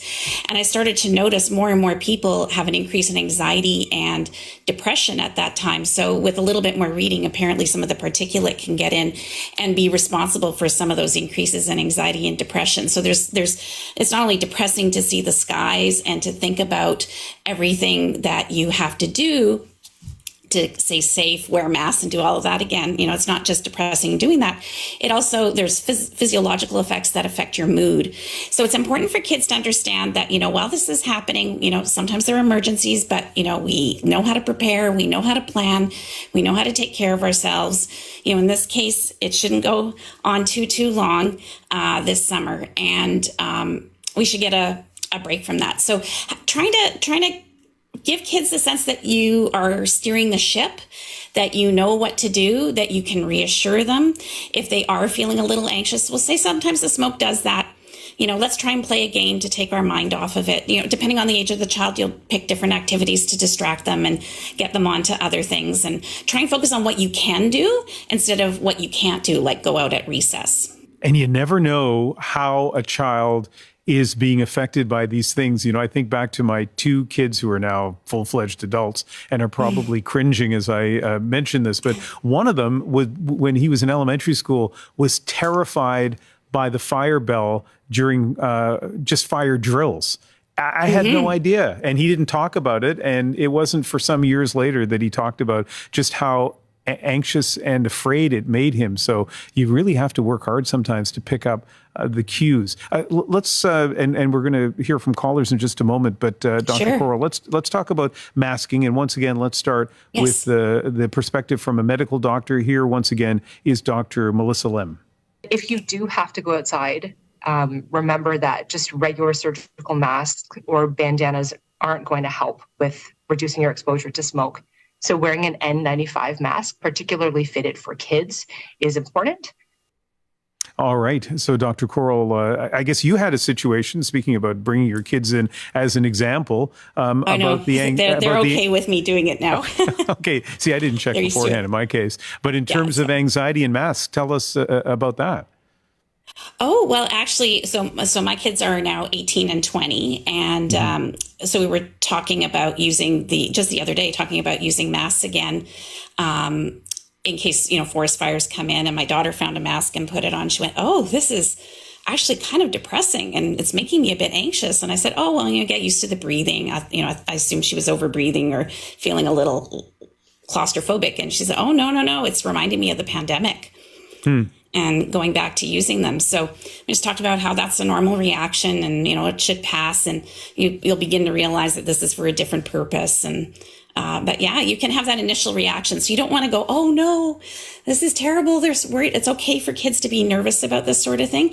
You want to find out exactly what it is that made them nervous. So I assumed she was nervous because it changed her breathing, which I saw a lot at the beginning of the pandemic. People had that there was plenty of air. You could absolutely breathe, but people had that sense that they weren't getting enough air and would panic. So I did a lot of work with people on that. But when I made that assumption, I was actually wrong. And it was the fact that it's like a bad memory of having to wear masks. So you need to talk to your kids and find out what it is. Yeah, well, when your mom is the director of the Vancouver Anxiety Center and a psychologist, she's going to pick up on cues that maybe the rest of us parents aren't always picking up on. We are talking about how to talk to your children about wildfires, about climate change without inducing anxiety as much as possible. And this is an Ask Me Anything with a bit of a difference, because we also want to hear your stories. So not just questions for Dr. Corral, but also, and not just seeking advice from her, though she will be able to give us some advice, but it's also, I'm really curious to hear what conversations you had over the last few days, especially in places like Toronto and Ottawa, in Montreal, where you were getting warnings about the wildfire smoke, something we've had in Vancouver, many other cities as well, but in our case, not as recently. Our number is 1-888-416-8333. You can also connect with us by going to cbc.ca/aircheck. I want to bring in someone who has a question for you, Dr. Corral. Jackie Keyser is a teacher in Toronto. She reached out to us on AirCheck. And as I mentioned, people who are listening now can go to cbc.ca/aircheck to do that. Jackie, are you on the line? Yes, I am. Hello, good afternoon. Yeah, good afternoon. So you teach grade 3 and 4 students. What would you like to share with Dr. Corral, and what sort of question do you have for her? Well, we had a lot of discussions in our class at the start of this week and in midweek when it was noticeable with the smoke, and the kids were very curious and they had a lot of questions. And so we went to CBC Kids News and we looked up information about what is a forest fire, how does it affect us, and things like that. And then the questions really came out. There was a really, really rich discussions, and they asked some very, very good questions. And one of the ones that really struck me was, well, if all the trees burn, then where do we get our air from? So that kind of let me know that they're nervous and they're a little scared. So moving forward from here, yes, we can look at the science, and yes, I can tell them, let's look at these accredited sites. Let's find out as much information as we can and that we can understand to kind of demystify it all. But that doesn't kind of alleviate their nerves sometimes. They asked, will we burn here in Toronto? It's like, well, no, let's look at what fuels a forest fire. But still, their concerns are there and they're valid. So kind of moving forward from here, what would be the next steps that you might recommend for us as teachers in the classroom? Because these kids, they have the questions. We're in at recess. Why are we in at recess? Why can't we run around and play soccer? Why do we have to not be able to take sports equipment outside? Why does it smell like it's burning in the air? They have so many questions. And I'm happy to answer them, but I'm not an expert in some of this stuff. In a lot of it. this is fantastic. So, Jackie, you stay on the line because I love this conversation. An educator in Etobicoke and talking to a psychologist in Vancouver. Dr. Corral, why don't you pick up first of all with Jackie's question? How does she answer some of these questions and talk to those kids? And I think it's great. Yeah, grade 3 and 4. Yeah, I love that age too. They're so much fun. When you have any kind of what if question, what if all the trees burn? What if there's a war? What if any kind of, what if I lose my job? What if I get an F in school? What psychologists do, or cognitive behavioral psychologists like me, one of the things that we'll do is go, okay, what if? And we'll try and find out exactly what are they worried about.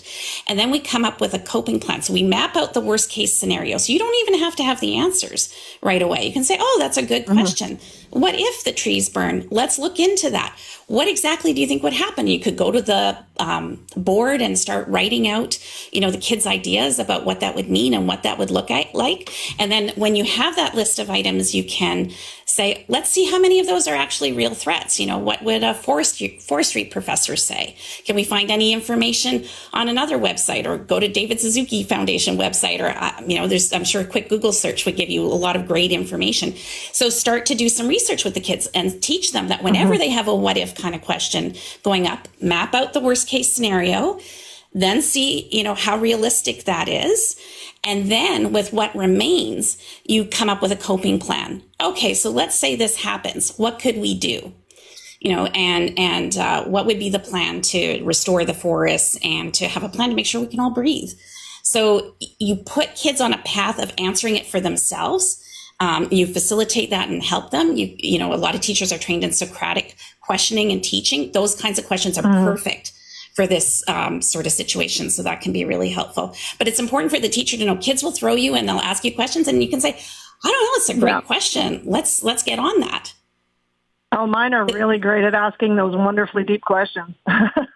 Oh, and I love that age, like 8 and 9-year-olds. They're so great because it's all starting to come together. They don't quite have the logic yet, and they're goofy. So you can brainstorm with them in a way that they have so many weird questions coming from the internet, and it's perfect at doing this pathway. Thank you for that suggestion, because it also ties in with finding actual information as opposed to misinformation.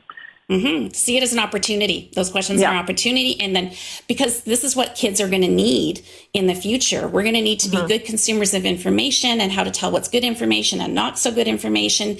There's scary things on the internet. Is that even true? So that's an awesome opportunity to work with kids, to have them be active participants in the societies we create and what we do going forward with climate change. I love this conversation and the way it's unfolding with, as I say, a teacher in Ontario, Jackie Keyser, and a psychologist in Vancouver, Dr. Christine Coral. And Jackie, just before I let you go, one last question. Are you as a teacher who's seen lots of kids over the years, are you noticing among your grade 3s and 4s anything that kind of concerns you that might be sort of anxiety or real concerns induced by the smoke in the air and having to stay inside? I would say the top threat to them is and this comes back to the science unit. It lets me know that they're paying attention in science. We did, of course, photosynthesis, and they learned that oxygen comes from plants, and so that's their main concern, is what happens if the fires don't go out and all the trees burn. It takes time. They know it takes time for trees to grow again. So where do we get our air? So that for them was the scariest thing. Yeah. They're more frustrated and angry about not being able to play soccer at recess. Yeah. But I think I'll just jump in here too, because this makes me think one of the questions I might have for the kids is like, well, how many trees are there and what % are burning? And how much would have to go on? Like I might say, I'm curious about that. I actually don't know. So I'd have to look it up and get them to sort of dial down the problem. Because when they see that much smoke, they might think like everything's up in fire, but there's still lots of areas and other ways that all right, Jackie, we're getting oxygen. Jackie, thank you very, very much for connecting with us. I really appreciate it. And anyone who is listening to the program right now, feel free to give us a call at 1-888-416-8333 if you have questions about how to talk to kids about wildfire smoke, about what's going on in the environment right now, about the impacts of climate change, or if you'd just like to share the conversations that you had with your kids, particularly in in Ontario and Quebec in the last few days. All righty. Speaking of cbc.ca/aircheck, we have a couple more guests who connected with us that way. They are twins. They are 11. Hannah and Sasha Strajnik are in Georgetown, Ontario. They actually are turning 11 this summer. They're in 5th grade. Hannah and Sasha, how are you? Good. Thank you very much for connecting with us. And of course, we checked with your parents and made sure it was okay for us to call you back and to have this conversation. You were not able to go outside for recess this Thursday in Georgetown because of the smoke in the air. What was it like having to stay inside and not be able to go outside during recess? It was kind of sad. Yeah. You know what I'm going to do? I'm going to just kind of direct the question to one or the other of you. And so, Hannah, tell us about what it was like to have to stay inside for recess. It was kind of sad because we didn't get to go out. And it was also kind of confusing because usually our school, they bring us in if it rains, but it was perfectly normal weather conditions except for the smoke. So I didn't really know what was happening. And Sasha, tell me about what the smoke was like, how it smelled, what kind of, if it had any effect on you at all. What was that like? I don't really like the smell of smoke, and it wasn't, at first it was a little bit annoying, but then I kept on smelling it and it was everywhere and it started giving me headaches and it wasn't that fun to deal with. Mm-hmm. And Hannah, what about your friends? What are they saying about all of this? They were the first people who told me that there was a forest fire. And they were saying it's it's a really big thing. Mm-hmm. So that's what they told me, and they were also kind of sad about not being able to go outside. Yeah. Hannah and Sasha are turning 11 this summer. They contacted us through cbc.ca/aircheck. And yes, as I pointed out, we got permission from their parents to put them on the air. Hannah and Sasha, I'm in Vancouver and I'm looking outside right now. It's a beautiful afternoon. The sky is blue. But we've had some times over the last few summers where wildfire smoke has turned the sky brown at times. And I remember seeing the sun in the middle of the afternoon, just barely managing to get, its light through that brown haze. The sun looked kind of orange and it felt weird, honestly. What was it like, Sasha, for you to be in a place with wildfire smoke around? Did it bother you or maybe it didn't? You tell me. Yeah, it did bother me because I was a little bit scared because I didn't know what was going on, and I was like, well, I thought it was supposed to be nice today, but it isn't nice, and it didn't look right to me. Mm-hmm. All right. Well, thank you very much, both of you, for contacting us and being willing to talk on the phone on a live radio show. That isn't easy for a lot of adults. And you guys made it seem very easy. You can listen to your radio now because we have a psychologist who is on the program, and she may have some comments for you. Dr. Christine Correll is here in Vancouver. And Dr. Correll, as you hear those twins, they certainly don't sound anxious. They sound precocious. They sound impressive. Very precocious. It's very cute.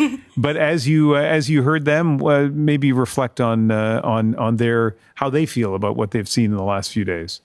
Mm-hmm. Well, I think it's important when, kids are feeling down that we don't try and fix it right away for them, that we acknowledge the sadness and just say, oh, well, you can move on, do something else. You want to be able to this is really disappointing. It's kind of depressing. I'm not happy about it either, and then get them to talk about their feelings before you move into strategies and coping plans. And, so once you feel like you've talked a little bit more about that with your child, you can, and, they feel understood and that you hear the concerns. Because what happens sometimes if you offer solutions too quickly, kids don't feel like you've heard them or understand them or that you're addressing the thing that they're afraid of. So as you have that conversation or what they're sad about, you might think they're sad because, the climate's burning and they're just sad that they wanted to go to the park that day. So you don't make assumptions, have those conversations, let them be sad and say, yeah, I'm sorry you're sad.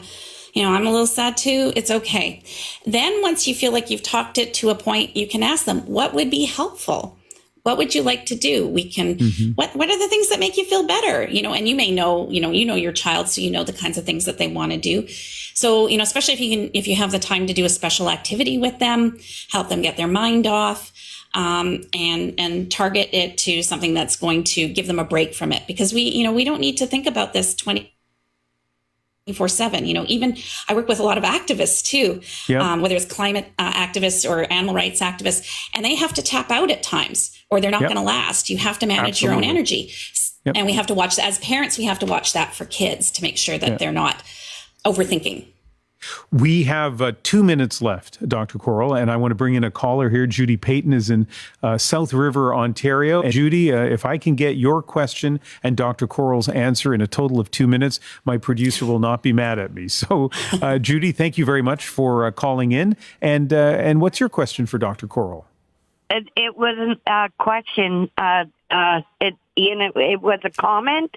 Okay. When she was saying about the grade 2 and 3-year-olds and going deeper into, you know, how much is burning, and that in reality, like, there is a lot burning, and it would be scary, I think, if they went, you know, and tracked that down too much at their age.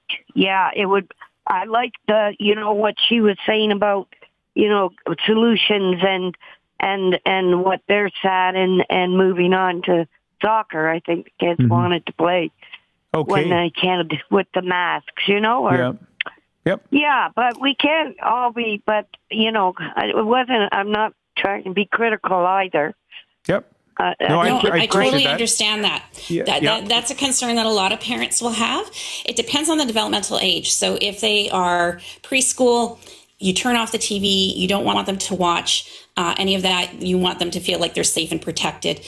When they go to grade 1 and 2, they start hearing things, and they start hearing things on TikTok. They might have heard something on the news already. 3 and 4, which was the grade for these teachers, they start, you know, getting a little bit more curious. They start reading. They've transitioned from learning to read to reading to learn. I have grandkids in junior kindergarten. Yeah, and like their parents are. Well, he's graduating from university, and I'm retired. So, yeah, you know. But at that age, we start wanting to help kids with the reality of what's happening and not trying to avoid it. So we're transitioning from using distraction and other techniques and into how are you going to cope with this? You know, because they're thinking along this line, and they're capable of it as well. So, you know, if you have an adult steering the ship, you can start dipping your toe into some of that information. And teachers are experts at that. They know exactly how to tailor it to the developmental level of the kid. They're super. Absolutely. And you're an expert not only on helping deal with anxiety by knowing exactly what sort of message to give people, but also an expert communicator, Dr. Corrill. Thank you very much for speaking with us. Thank you for having me. Take care. Dr. Christine Corrill is a psychologist and adjunct professor in the Department of Psychology at the University of British Columbia and the director of the Vancouver Anxiety Centre. That's it for this week. Thanks to everyone who called today. If you missed any part of the show, you can hear our full 2-hour version by streaming it on the CBC Listen app, my weekly promo for the CBC Listen app, which I think is absolutely fantastic. Coming up on CBC Radio 1, The World This Weekend, we'll have the latest on the fire situation across the country, including the evacuation just outside Edson, Alberta. If you would like to share comments or appear on the show, you can go to cbc.ca/aircheck. On Facebook, you can find us by searching for Check Up CBC. Thanks to everyone who helped this week. Our phone screeners are Arthi Thayaparen, Celine Aaron, and Hannah Abrahamsey.